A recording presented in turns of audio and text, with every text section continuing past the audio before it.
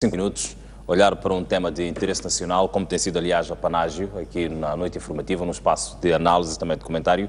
E hoje vamos falar sobre vida e obra de Samora Machel, o primeiro presidente de Moçambique independente, e tenho, por essa via, o grande privilégio de receber em estúdio, portanto, três grandes figuras, começando, portanto, pelo Sr. Francisco Cabo, a quem agradeço, portanto, a presença e a disponibilidade de estar aqui connosco. De igual forma, Egídio Vaz, portanto, o prata da casa. Muitíssimo obrigado uma vez mais por estar aqui connosco, juntar-se a nós. E, finalmente, Alves Gomes, boa noite. Bem-vindo. Obrigado. Boa noite. Pois, começaria por si, Alves, buscando saber o que é que se pode dizer sobre Samora Machel, 30 anos após o seu desaparecimento físico. Ficam por esclarecer as causas, portanto, da sua morte, mas, entretanto, deixou alguma obra, deixou muita obra para os moçambicanos. Deixou uma grande, muito grande obra. E dizer que Samora vive, e Samora vive em nós, particularmente em mim, porque convivi com ele, tive a oportunidade de trabalhar com ele, partilhar pensamentos, discussões e debates com Samora, e ter esse grandíssimo privilégio de poder dizer que conheço Samora Machel. Okay. Encontramos pela primeira vez no dia 1 de maio de 1975, na Tanzânia, e depois eu como jornalista, e depois tive a oportunidade de trabalhar com ele em várias ocasiões, nas cheias, depois com o processo do Zimbábue e em comícios, em viagens, e de facto é uma figura incontornável da nossa história. Quer dizer, e eu devo dizer que não sou a melhor pessoa para falar de Samora, porque é uma pessoa que me é tão querida que sempre falo bem dele. Pois. Mas Samora também tinha os seus defeitos. Então, é bom recordar Samora e é bom voltarmos a recordar Samora, particularmente nas lições que ele nos deixou. As questões do povo, do respeito pelo povo, as questões de bem-estar do povo, aquilo que ele pensava sobre o funcionamento do Estado, aquilo que ele achava que devia ser o comportamento dos funcionários e servidores do Estado, aquilo que era a sua dedicação à causa do povo e aos interesses do povo, a sua visão relativamente à região, a questão de ele ter uma estratégia que dizia, por exemplo, primeiro o Zimbábue, depois vamos ao apartheid. E de facto, ele tinha essa convicção de que ele não esperava, devo dizer, ele não esperava que rebentasse uma guerra civil em Moçambique. Mas depois ele convenceu-se, já no fim da vida, que a paz de Moçambique obrigaria ao fim do apartheid. E de facto isso aconteceu. Ou quando houve paz em Moçambique, houve paz em toda a região. As forças sul-africanas retiraram-se de Angola e o apartheid terminou. E isto Samora previu. Ele tinha esta capacidade, esta perspicácia de ver além, de pensar além. Esta é uma das componentes de Samora Machel que, portanto, vamos ter o ensejo de gozar, portanto, do facto de ter privado com a Samora durante bastante tempo. Portanto, a partilha aqui connosco. Francisco Cabo também teve este privilégio de privar com Samora Machel. Quero-vos falar um bocado, portanto, desta figura de Samora Machel, 30 anos após o seu desaparecimento físico. Que memórias, que saudades é que ele deixa? Bom, eu tive a oportunidade de conhecer Samora Machel na minha juventude. E a primeira vez que me encontrei com Samora Machel foi em março de 1963, em Dar es Salaam. Tanto ele como eu acabávamos de chegar a Dar es Salaam. Ele vindo do sul, eu vindo, portanto, do norte. Eu estive num grupo grande em que se encontrava o Chipande, Paxinoapa, mas naquela altura eu era muito pequenino, tinha menos de 18 anos. Então, quando chegamos em Dar es Salaam, fomos acolhidos num acampamento. E neste acampamento, portanto, estava um grupo de moçambicanos que vinha do sul e nós que vinhamos do norte. Então, todos estávamos juntos no acampamento de Ilala. Mas eu fiquei muito poucos dias lá, porque a direção da Frelimo logo vira que eu não devia estar naquele grupo, porque era ainda pequeno, eu mais um meu amigo Atanásio Said. Então ficamos só 3 dias, depois tiraram-nos para o campo de refugiados em Mugulane. Depois do regresso definitivo do presidente Eduardo Mondlane, poucos dias depois, tivemos um encontro em Dar es Salaam, portanto um encontro com todos aqueles que tinham chegado a Dar es Salaam vindo de Moçambique. E neste encontro, o que sucedeu nesse encontro foi precisamente para separar aqueles que tinham idade mais avançada para os treinos militares e aqueles que tinham idade menor, portanto, para outras tarefas, particularmente a tarefa de estudar. Então, foi precisamente neste encontro em que Samora Machel e mais outros grupos,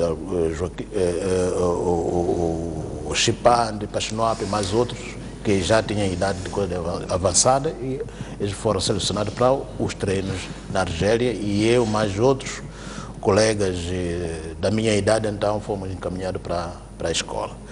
E o segundo encontro com Samora Machel foi precisamente em 1965, no campo de treinos de Congua.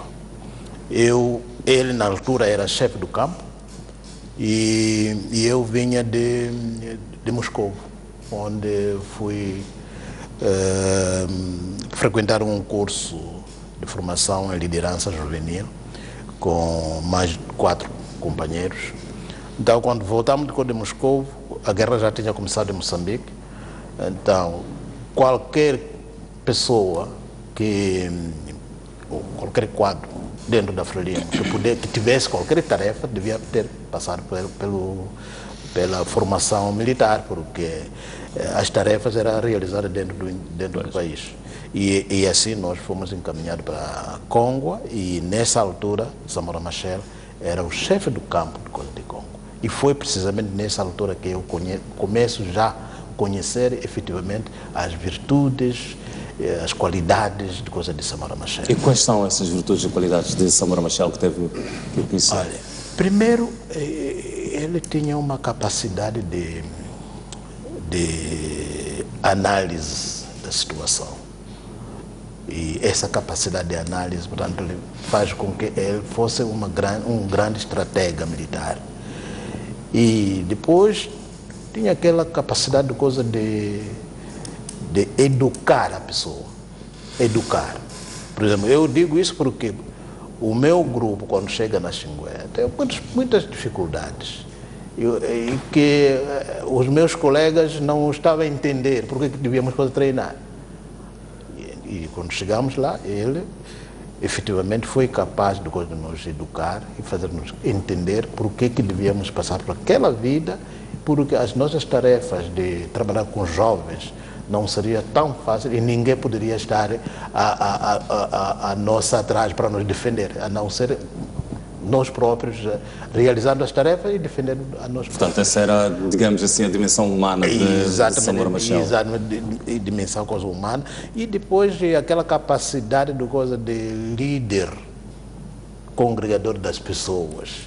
E é ali onde eu compreendi que Samora Machel tinha essas capacidades. Já vamos voltar aí, até porque o Egídio Vaz faz parte de uma outra geração em que não privou, provavelmente, diretamente com Samora Machel, mas guarda a memória de Samora Machel, 30 anos após o seu desaparecimento físico. Como é que o Egídio, que memórias é que tem, portanto, de Samora Machel? Como é que o Egídio vê, portanto, a vida e a obra de Samora Machel para Moçambique?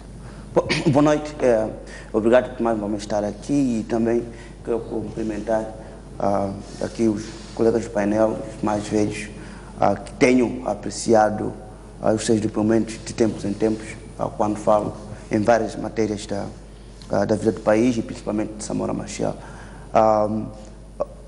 Ora, eu nasci em 1978, então não tinha como conhecer Samora, não por causa disto, mas também porque 78, 7 anos depois, já era refugiado no Malawi, porque nasci em Tete, em Mutarara, e era refugiado no Malawi e morreu em 86, 6 anos antes de eu regressar do Malawi. Portanto, tiro o benefício, porém, da formação como historiador e estudioso de política moçambicana, acima de tudo, e posso sim partilhar não necessariamente memórias, mas representações sociais, principalmente no momento em que nós nos encontramos. Portanto, Samora traz valores muito importantes, que mais do que nunca são sempre recordados, não necessariamente com a nostalgia, mas como uma urgência, como um valor que faz falta a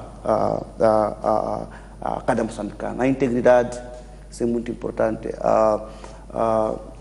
é a integridade, é o compromisso para com a nação, portanto eu diria isso, a cidadania no verdadeiro sentido da palavra, mas também é o engajamento. Ele, como os painelistas anteriores me antecederam, era um grande mobilizador, um verdadeiro líder e que de facto faz falta a muitos. Alguns conseguem impor o seu carisma com a força das armas neste momento, mas Samora era um grande mobilizador. E também como educador e como alguém que engaja os cidadãos. Deixe-me começar, são esses 3 valores que e principalmente hoje estão a fazer muita falta e provavelmente os cidadãos moçambicanos devem estar definitivamente a chorar por eles. Quer dizer, como historiador, posso periodizar 2 momentos da história da governação deste país, onde um momento privilegiava-se a meritocracia, a competição de ideias, o valor e a entrega do trabalho, a integridade das pessoas, e o outro privilegiava-se outros valores que não têm nada a ver com isso. A diferença é nítida. Quando se privilegia a meritocracia, a competição de ideias, a entrega da partida, a integridade moral, o engajamento popular é relativamente maior. Quando se privilegia os outros interesses do grupo, hegemônicos ou não, o desengajamento popular é ainda maior. E, portanto, o desafio, se me perguntar 30 anos depois, do povo moçambicano e o imperativo em resgatar estes valores, porque esses valores faz-nos falta de facto. Faz-nos falta aqui reconquistá-los, não para servirem de adorno, mas sim para revitalizar esta sociedade que a pouco está a precisar dela, mas precisa também que as lideranças também tomem dianteira deste. Portanto, se nós continuarmos a festejar e a organizar maiores convívios celebratórios de Samora, sem contudo colocarmos na prática estes valores, eu julgo que estaremos apenas a fazer isso como um folclore, o que seria de facto um insulto, não vale a pena. Ora, se nós formos sérios o suficiente, recordá-lo e recobrar os valores, eu julgo que sim, valerá a pena celebrar Samora, porque ele é parte da nossa vida. Eu tenho sempre discutido isso já do ponto de vista historiográfico, que Samora é o verdadeiro arquiteto da unidade nacional. Existe um conceito que é o primeiro presidente da Frelimo, outra coisa é a arquitetura. Este país é fruto de um retalho étnico, de um retalho regional, e a primeira pessoa que conseguiu comunicar a ideia de país livre e independente e trazendo isso na prática foi de facto Samora. É por ali, não estou aqui com este tipo de discussão historiográfica, querer rebaixar a figura de Eduardo Mondlane, não é isso, mas quero, se calhar, trazer na prática, ou podemos dizer, de um ponto de vista instrumental, o papel concreto de Samora para a construção desta nação moçambicana. Pois bem, o que é que o país ganhou, portanto, do pensamento de Samora Machel e o que é que tem sido aplicado na sua ótica, portanto, nos dias correntes? Antes de responder, Pois. eu estou feliz por ouvir um jovem como o Egídio dizer o que ele disse. Porque isso é, para nós, e penso para o Cabo também, é uma coisa que nos conforta muito. Porque quando nós, mais velhos, que vivemos com ele, felizmente ele não viveu com Samora. Leu Samora, estudou Samora, o que é muito bom. E é por isso que eu digo, é preciso revisitar Samora, estudar Samora. E fico muito feliz em ouvir o Egídio dizer o que ele acabou de dizer, porque é verdade. É verdade. E quando nós dizemos, eles são saudosistas. E não há saudosismo, há preocupação. Porque esta questão da nação, a nação, ele diz, é preciso, e não o diz de uma forma assertiva, é preciso acabar com a tribo para criar a nação. É uma verdade. Não quer dizer que ele vai exterminar a tribo. Ele não está a matar a língua. Ele não está a matar a cultura, a dança, não sei. Não, é preciso criar a nação. E o conceito de menor, de ser menor tribo, é que é preciso acabar para ter o conceito da nação. E este conceito de nação, de facto, ninguém mais nos transmitiu senão ele. Por exemplo, vou-lhe dar um exemplo. Eu sei que estou a fugir à sua pergunta, mas pode voltar a ela. Vou-lhe dar um exemplo. Em 1983, quando Samora fez 50 anos, eu recolhi, na altura estava a trabalhar na revista Tempo, recolhi uma série de depoimentos que estão neste álbum. De depoimentos de vários dirigentes que conheceram Samora. Costa Gomes, de Portugal, e um deles é Desmond Tutu. E o Desmond Tutu, que não conheceu nunca Samora... Faz favor. Pode ver. Desmond Tutu, que está aqui assim ele diz, Deus deu-nos este homem, porque ele, de facto, abriu-nos os olhos, abriu-nos as nossas cabeças para um não-racismo. Não-racismo. Quando ele dizia não tribalismo, não regionalismo, não, sou antirracista, sou antitribalista, não o dizia apenas porque ele não gostava da tribo A ou da tribo B, ele queria a nação. E diz depois, mais adiante, e é interessante, Egídio, se estudar Samora, você vai ver que as ideias de Samora são criadas, a maioria delas, mas a base toda do pensamento, da filosofia de Samora, é feita antes da independência de Moçambique. Ele não descobriu Moçambique com a independência. Ele construiu o seu pensamento, o seu ideal de Moçambique, durante a luta armada. Isto que o Cabo disse lá em Congo, eu não sei onde, e não sei o que mais. Ele diz uma coisa muito interessante. Está aí assim no álbum. Diz, a nação, as províncias não são fração da nação, nem o conjunto das frações são a nação. A nação é uma coisa completa. Que é a chamada de atenção para uma outra questão que está a decorrer neste momento, que é o problema de devemos ter governador aqui, devemos ter... Cuidado. A questão não está mal pensado. É preciso não partir o país. E ele tinha sempre esta preocupação. Antes da independência, eu lembro dele falar que temos que evitar que aconteça uma Coreia em Moçambique, uma divisão do Norte e do Sul. Aconteça o que aconteceu no Vietnã. Ele tinha esta preocupação. A pergunta que lhe coloco é como é que este pensamento de Samora Machel é aplicado hoje, portanto, nos dias de hoje? Infelizmente, eu tenho que admitir que tem havido uma desvirtuação do pensamento de Samora. Porque às vezes nós queremos criar coisa, queremos inventar a roda quando ela já está inventada. E quer-se criar, por vezes, conceitos, ideias que não são necessárias. No que diz respeito às questões da nação, às questões do Estado, Samora deixou a receita perfeita. A questão do bem-estar do povo. A receita está... Samora deixou-nos a receita, não precisamos de desviar. A questão do bem-estar do povo é muito simples. Saúde, aliás, primeiro, educação, saúde, habitação, direito ao trabalho bem remunerado. direito à habitação. Quer dizer, ele deixou essa receita, quer dizer, eu agradeço, historiadores, antropólogos, devem ser eles que devem mobilizar e serem dirigentes também, porque é preciso que a nossa juventude tenha coragem de ser dirigente, não ser apenas um seguidor. Está bem, eu não tenho medo de dizer isto porque vai calhar mal, não sei o quê, não sei o que mais. É preciso vocês, peço desculpa, Hermínio, vocês jovens, terem a coragem, porque e depois tem aqui uma coisa muito, muito interessante, sabe? Que também aprendi com ele. Este país é muito jovem, 40 anos não é nada num país. Portanto, às vezes a gente, está a acontecer isto, está a acontecer aquilo, mas o país é tão jovem. Porém, este país tem uma grande vantagem sobre o outro. Sabe, eu e o Cabo somos mais velhos do que o país. Nós somos mais velhos do que Moçambique.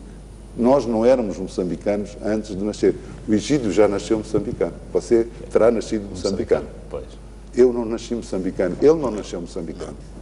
Tivemos que labutar e lutar para sermos moçambicanos, está a ver? E às vezes os jovens não pensam nesta coisa, dizer, eu já nasci moçambicano, quer dizer, então isto é meu mesmo. Nós tivemos que ainda lutar para que fosse nosso. Samora fez isso, lutou para que fosse Moçambique nosso. E às vezes a gente desvirtua estas coisas de que isto é nosso mesmo, quer dizer, não há outra solução. Há muito que se diga sobre a vida e obra de Samora Machel, mas o que temos também reparado nos tempos mais atuais é que há menos de Samora Machel nas escolas para que os meninos nascidos na década de 80, depois Samora, portanto, de deixar de fazer parte do mundo dos vivos, possam ou pudessem conhecer e saber mais sobre Samora Machel. Este é algo que pode, em algum momento, matar, diga-se, um que é da história do país.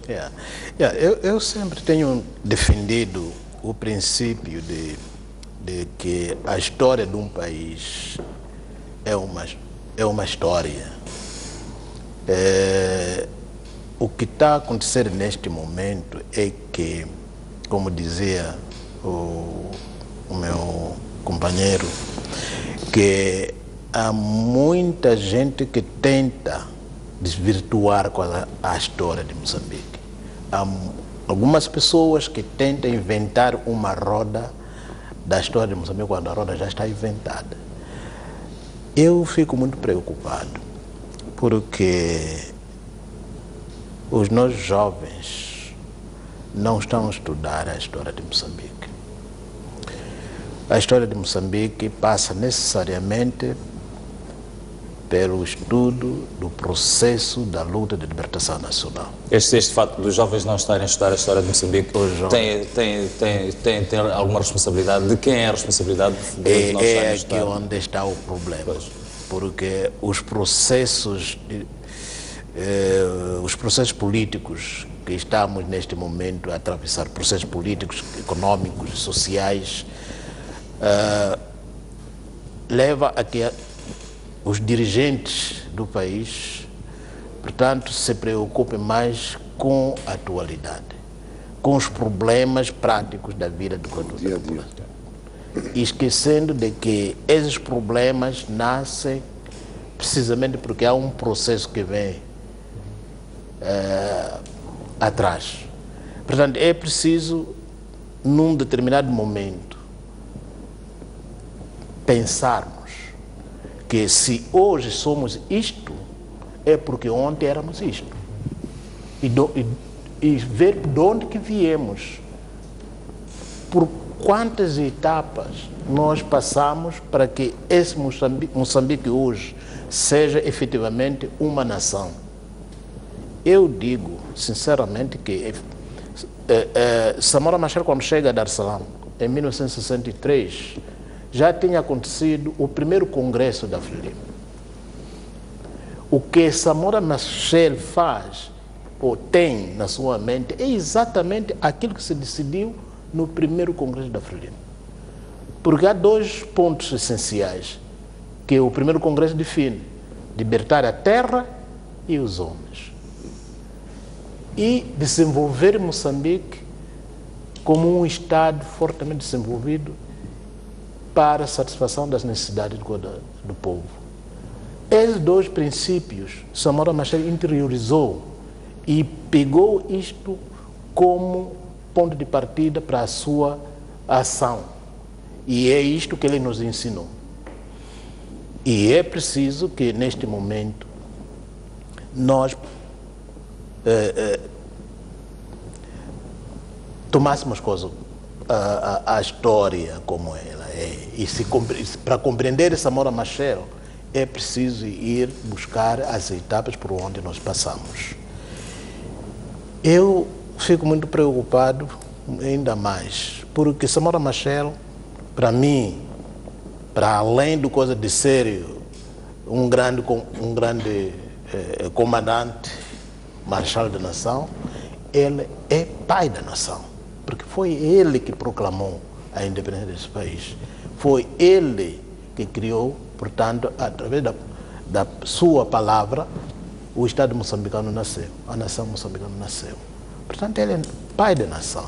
E como pai da nação, temos que fazer todos os possíveis para que os seus ideais sejam preservados, sejam, portanto, desenvolvidos e sejam estudados. Pois, e é aí onde nós entramos, portanto, a academia.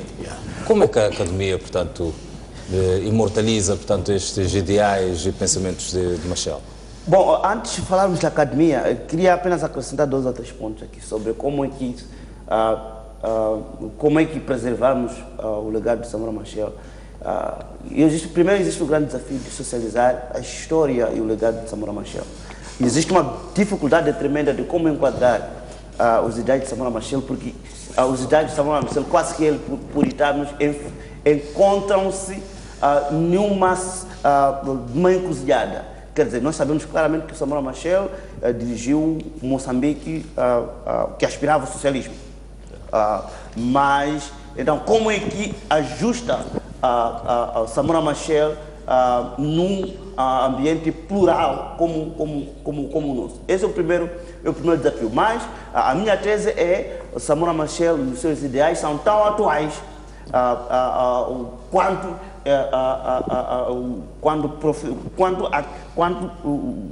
proferidos e executados no momento. Portanto, olha, existem valores universais. Samora Machel é para a igualdade de oportunidades. Muitas pessoas, a minha família não, mas muitas famílias moçambicanas tiveram oportunidade de educação no exterior. Samora Machel era pela competência e aquelas ofensivas político-organizacionais assim o atestam.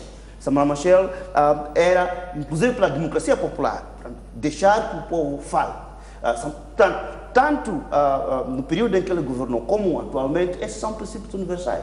Primeiro aspecto. Segundo aspecto, também existe uma tentativa de minimalização da ideia de Samora num contexto de confronto de posições. Ou seja, os nossos historiadores, a academia, inclusive, está a ter uma grande dificuldade de como adaptar este marco conceitual samoriano num contexto de competição de ideias multipartidária ou pluripartidária como o nosso. Tá? Uma coisa é a indolência, mas também, isso aqui é importante, os governos subsequentes, e tal como o general Cabo afirmou, tem a dificuldade também de priorizar, porque isto envolve investimento, isto envolve a documentação, isto envolve também construção de espaços de socialização da própria história. Quer dizer, se pensa que Maputo é uma grande cidade, bom, a grande cidade desta república, provavelmente tens o Museu da Revolução, menos comunicado, depois tens mais uns 2 espaços, talvez da Matola, que são espaços, inclusive, não promovidos. Como é que as pessoas, qual é a cultura material que pode nos inspirar e educar a Samora Machel? Tá? Cultura material. Tá? Tem as universidades, tem a própria história, quer dizer, a forma como o sistema de educação, inclusive, foi mudado de uma forma vertiginosa. A nossa educação quase que é uma educação que forma proletários. Agora não é uma educação que forma cidadãos, ou seja, é uma educação que se pretende ou que se presume que seja para formar técnicos, para aplicabilidade. Bom, mas estamos a perder um conjunto de valores aqui que seguramente ao compulsá-los encontrávamos Samora lá. Na própria economia, quer dizer, nós somos pela economia solidária, não.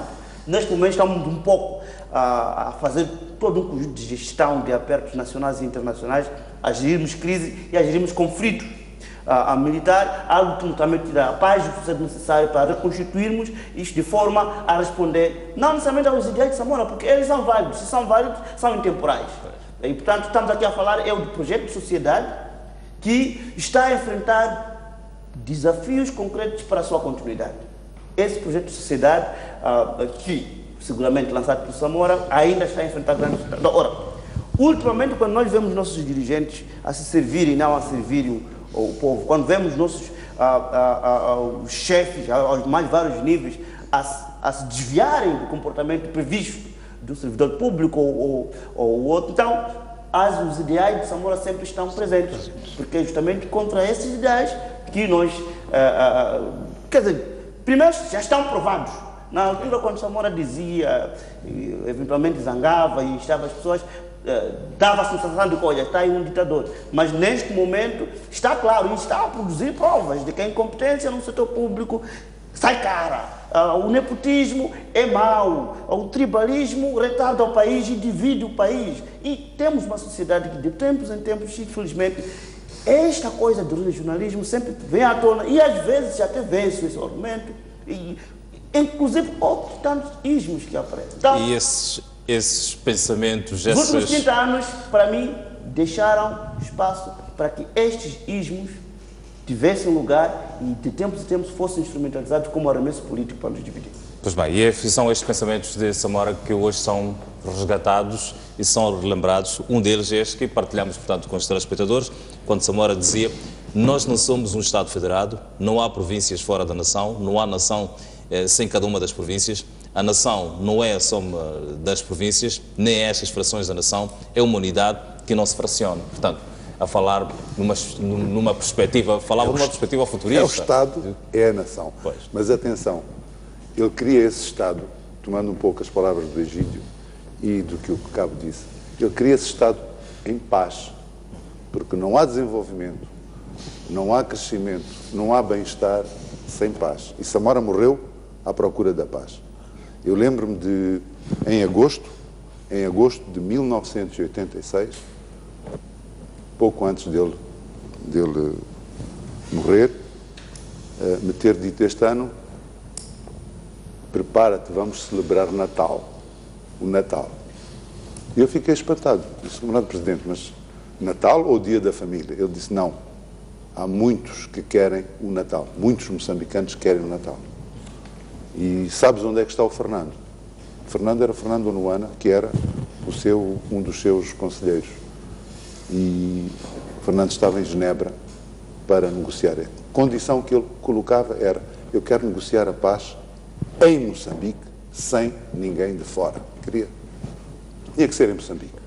Ele não tinha nenhum problema em se encontrar com Dhlakama para resolver a paz. Porque ele dizia, como eu disse no início, a paz em Moçambique é fulcral para a estabilidade da região.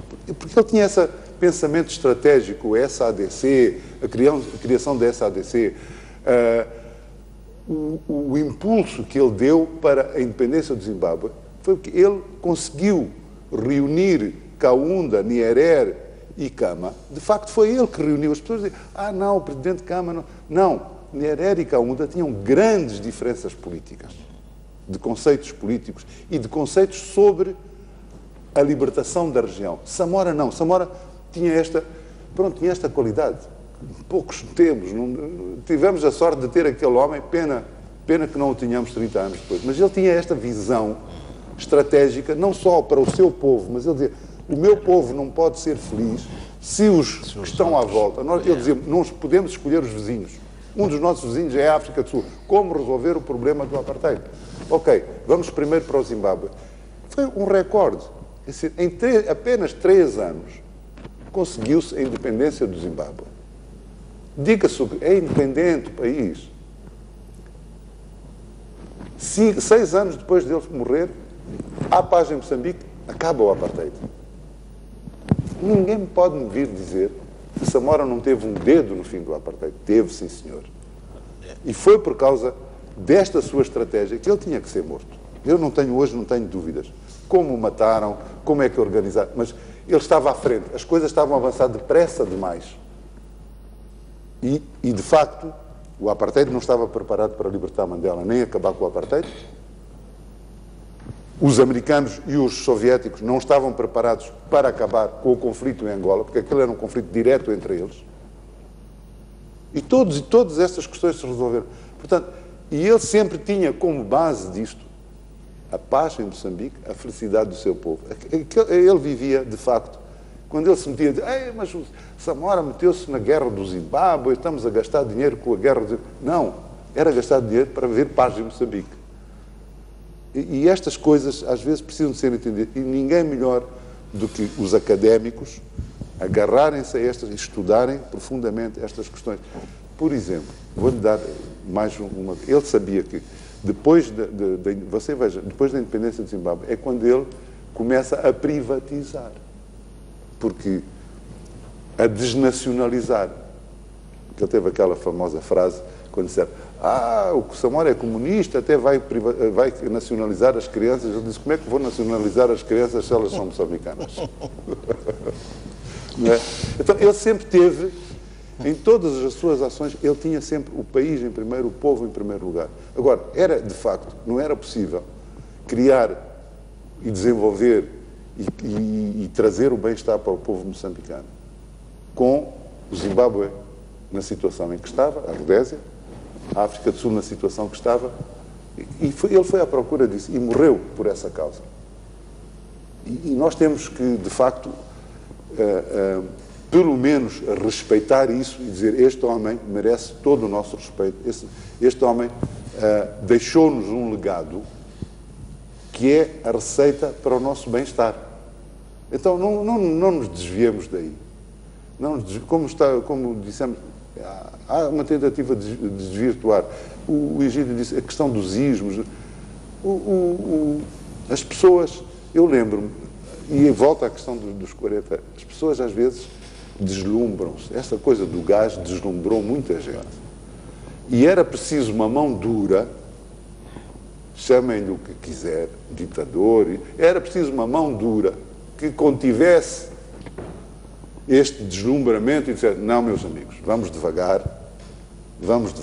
porque é preciso primeiro gastar o dinheiro na educação, é preciso gastar o dinheiro na formação de... Como é que nós vamos ter uma agricultura desenvolvida se ainda temos analfabetos no campo? Como é que um analfabeto vai tratar de um trator?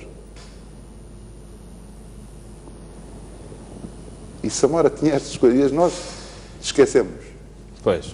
Este sentido visionário de Samora foi revelado ainda, portanto, no campo da batalha, ou então o tempo e o desenvolvimento dos acontecimentos foi, portanto, fazendo com que ele se revelasse? É verdade, porque eu acredito que a prática faz a pessoa pensar. Os acontecimentos que acontecem diariamente são dificuldades, desafios, põe a pessoa a pensar. Durante a luta armada de libertação nacional, havia momentos difíceis em que as pessoas nós todos, muitas das vezes, ficávamos abalados. Por exemplo, o assassinato de Eduardo Mondlane. Aquilo foi um acontecimento que, de um momento para outro, nós todos ficamos baralhados e ficamos abalados, porque já não estávamos a ver o que havia de acontecer. Esse acontecimento fez com que, efetivamente, Samora Machel aparecesse como pensador e como estratega e como uma pessoa que tem uma visão daquilo que havia de acontecer. E foi precisamente por causa dessa visão que o Comitê Central, que se reuniu depois do assassinato de Eduardo Mondlane, decidiu não conferir os poderes ao Urias Simango, porque já estava evidente que, de certa maneira, Urias Simango estava por trás dessas coisas, desses acontecimentos, através das suspeitas, através da própria confissão que ele fez durante a sessão do Comitê Central. Bom, algumas pessoas dizem que foi obrigado. Não foi nada obrigado, porque estava evidente. Eu digo isso porque trabalhei muito com Urias Simango. E no dia do assassinato de Eduardo Mondlane, aconteceu uma coisa que eu pessoalmente, mais tarde, compreendi por que as pessoas tomaram certas atitudes naquele dia. Eu abri o escritório da Frelimo. Quando chego no escritório da Frelimo, encontrei o presidente Eduardo Mondlane parado. E eles acabavam de chegar do exterior. Eu cumprimentei, bom dia, camarada presidente, bom dia. Já chegou, pronto, eu levei a chave e abri o escritório. Naquilo que ia deixar as minhas coisas no meu gabinete, depois ia ao gabinete do presidente para conversar, porque tínhamos estado juntos em Khartoum numa conferência internacional de apoio e solidariedade para com os povos das colônias portuguesas. E ali onde separamos, ele foi, continuou com a viagem e eu voltei para Dassama. Então, queria ir já cumprimentar para saber como que foi. Só que, pronto. Quando vou para o gabinete dele, ele entrou e saiu. Saiu por quê? Ainda não tinha chegado toda a gente. Portanto, não estava lá o Marcelo Santos, não estava o Joaquim Sano, não estava o resto das pessoas e não tinha nada na mesa dele. Então ele saiu para fazer um compasso de espera. E depois chegaram todos. Quando chega todos, é quando já entra o expediente que o camarada presidente levou para fora. Qual foi o comportamento das pessoas? Quando o expediente, entre o qual tinha tal encomenda armadilhada, chega nas mãos do presidente, Urias Simango vem ter comigo e disse: pode me acompanhar para a Biblioteca Nacional, vou trabalhar lá. Tá bom, saí, fui acompanhar. O Silvério Nungo logo arrumou as coisas dela e saiu, entrou no carro e se mandou para Arusha, para a casa dos sogros. Bom, eu fui deixar o Simango, voltei. Quando voltei, então, tivemos informação da morte do presidente Eduardo Mondlane.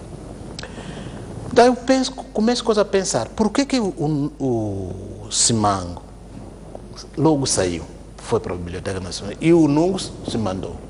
Porque pensavam que o presidente havia de abrir a encomenda dentro do escritório da Frelimo. Se ele estivesse lá, então havia de afetar a todos. Por isso mesmo saíram. Esse foi o comportamento. Mas mais tarde eu acompanhei o Urias Simango, porque trabalhava com ele nas relações exteriores. E o chefe do departamento era o Miguel Murupa. Então eu acompanhei essa situação, o comportamento depois do acontecido, os contactos que ele tinha, a conversa que tinha com o Miguel Murupa e mais outras coisas antes da sessão do Comitê Central. Então, eu logo compreendi que aqui há alguma coisa. E é esta sessão do Comitê Central que depois, portanto, encaminha, portanto, Samora Machel para a liderança? Exato. Não, é nesse Comitê Central em que se decide a criação do Conselho Presidencial, composto por 3 pessoas. Por quê? Nessa altura, com a confissão que ele fez e com as suspeitas todas, então não era possível deixar a liderança da Frelimo nas mãos de Urias Simango. Por isso criou-se aquele conselho. E foi sorte porque, depois da criação desse conselho, eu fiquei a dar assistência ao conselho com todos apoio logístico, não sei o que. Então trabalhei com o conselho antes de eu sair. E foi precisamente neste momento em que eu vi exatamente, conversando com Samora Machel, ele sempre falava que você que estava diretamente a trabalhar com o Urias Simango, eu penso que você é bom sair daqui, porque aqui há muitos problemas. E foi ele precisamente que me mandou sair para ir estudar. Disse que vai lá estudar, você ainda é jovem, não vale a pena ficar aqui, vai estudar. Portanto, ele já tinha a visão daquilo que havia de acontecer. E efetivamente isso aconteceu. Que logo, tempo depois, o Urias Simão, sozinho, emitiu um documento. Eu considero aquele documento não é para denunciar as situações que estavam se passando na Frelimo, mas ele já estava a marcar a sua posição. E foi precisamente esse documento que ele mandou para ir embora. Agora, o outro momento em que Samora Machel revela que era um homem visionário, exatamente durante a ofensiva, portanto, no Górdio. E foi isso aí. Que ele desenhou todo o esquema e viu que efetivamente essa ofensiva seria a última tentativa do governo português liquidar a Frelimo. Porque tentaram liquidar a Frelimo através do assassinato de Eduardo Mondlane e não conseguiram. Então agora era preciso investir mais. Então, esse investimento que o governo português fez, Samora Machel interpretou como o fim da presença portuguesa em Moçambique. E é essa visão, querido. Pois bem. Deixa-me ver se eu não gostaria de comentar sobre a questão da morte de Mondlane, porque isso já dá para um outro assunto. Quero resgatar a sua questão sobre a visão de Samora Machel e como é que isso ocorre. Isso é em teoria geral, inclusive da gestão, mesmo na filosofia moral e na filosofia política. Três são as fontes de poder, não é? Mas a questão de visão, a pessoa primeiro precisa ter algum compromisso, mas depois pode ser bom e visionário com uma boa assessoria, mas depois também pode ser bom e visionário estudando matérias. Samora conseguia conciliar essas três coisas, quer dizer, tinha a coragem necessária para espantar bajuladores e beijamão que depois, portanto, iriam quer dizer, que são a principal fonte da corrupção. A coragem necessária para dizer, olha, se um bajulador tem tendência de bajulação, não vale a pena chegar perto de mim. Juntava-se aos melhores e era crítico também, portanto, abrindo espaço para que as pessoas pudessem expressar as suas ideias genuínas e não aquilo que o chefe quer. E em terceiro lugar também estudava pessoalmente as matérias. Portanto, três fontes da sabedoria, nasce com a sabedoria inata. Mas também há outros que conseguem se tornar sábios sendo autodidatas, mas também conseguindo aproximar-se aos que sabem. E, acima de tudo, a coragem necessária de espantar esses bajuladores e também de desencorajar compromissos e interesses, digamos assim, particulares. Ocultos. O líder é sempre vítima de alguma sedução. Sedução em todas as partes, inclusive dos interesses alheios, sedução, quer dizer, e é preciso ter a consciência nacional e nacionalista, um foco, o objetivo de coragem necessário de poder às vezes espantar isto. Infelizmente, é um dos grandes desafios nossos aqui nos tempos modernos, de podermos sim termos líderes que consigam conciliar ao mesmo tempo a coragem necessária, a visão e ser autodidata e associar-se ao pensamento crítico. Isso é fundamental. Okay?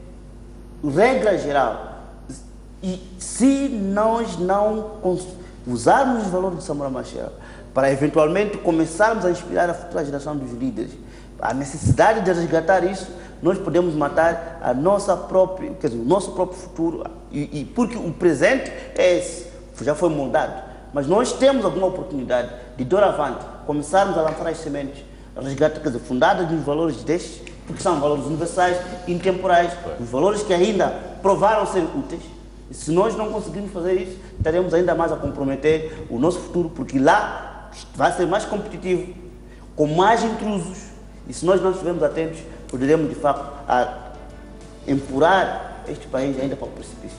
Egídio, quero agradecer a sua presença aqui no programa, de igual forma também o Sr. Francisco Cabo e portanto, Alves Gomes, por estes momentos em que estiveram a partilhar, portanto, com o estimado telespectador, o seu pensamento, portanto, sobre a vida e obra de Samora Machel. Muito ainda mais por se dizer sobre a figura de Samora Machel, que naturalmente tem por partilhar com os telespectadores, mas vai ficar para uma próxima ocasião.